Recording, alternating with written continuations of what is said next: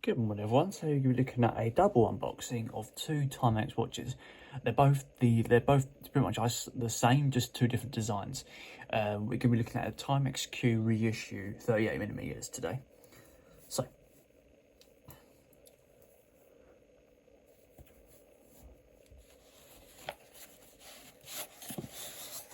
this one here is a bit more of a specialist edition one. Let's move that up.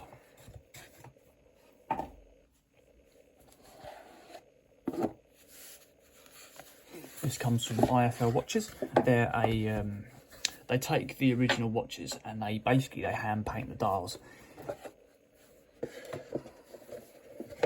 Just move this to one side. We'll get started.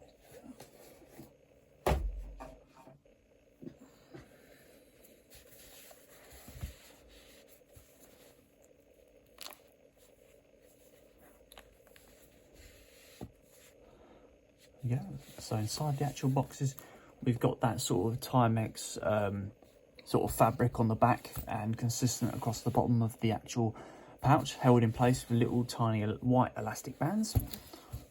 Let's take both of the watches out and then we'll have a look at them at face value.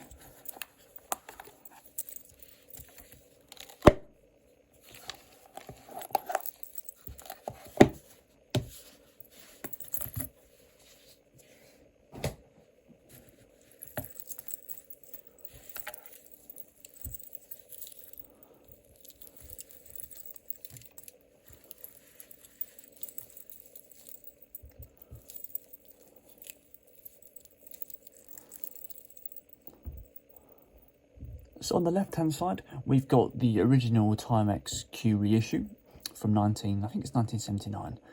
And then on the right hand side, we've got the IFL edition Q Timex Reissue Prism edition. So it's the Prism dial version of the one on the left, essentially. It's exactly the same watch, but then it's had the makeover, essentially. And one thing I will say before I get started, I'm not allowed to remove that plastic covering on the top of that as part of me being able to return the watch. I'm not allowed to remove it.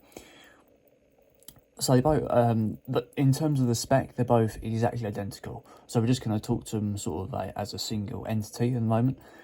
They're both 38mm and they offer 11.5mm case thicknesses. Coming down to obviously the faces, the left hand side one, the original one, has a sort of matte black sort of style dial with fully luminous hands, fully luminous increments at a day dial. And the only differences between the two is obviously you've got that prism effect with this sort of multicoloured lines going over the top of the actual dial there with the day as well. Still got your fully luminous hands, etc, and your orange luminous hand as well.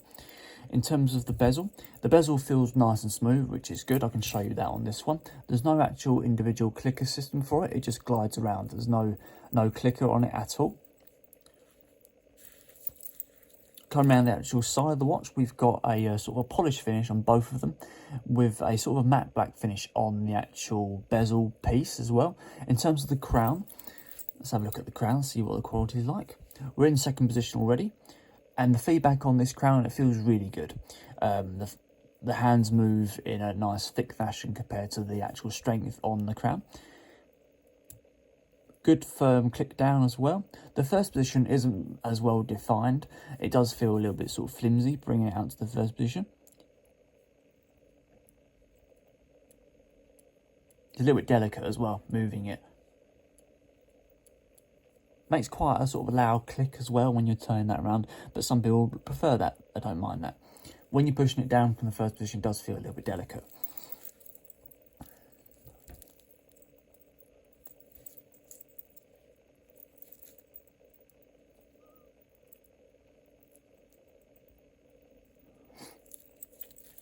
So with the watches, you get 50-meter water resistance with the watch and acrylic glass going over the top of the actual face of the watch, and obviously a day function on the top there. Coming down the strap, we've got on both of them you get a 28mm mesh style strap, so that's a very sort of vintage style strap. Yeah, you've seen those on some of the original watches. You don't see it very often nowadays, but it's gradually sort of making a comeback. And then this strap is unique in itself in terms of the fact that the buckle itself slides up and down based on where you want that watch to fit, really. You don't remove any links for this sort of particular watch, you just slide the buckle up and down. Basically, you move that little centre plate there up, it lifts up like a hinge, and you just move the buckle how you want it. Come around the back. They've both got that sort of that coin turn battery removal system and a screw down case back, as you can see from the little tiny screws on the actual casing there. There's no actual quick release options on the strap, unfortunately, but they are quite easy to access with a little tool if you want to quickly chop and change the straps themselves.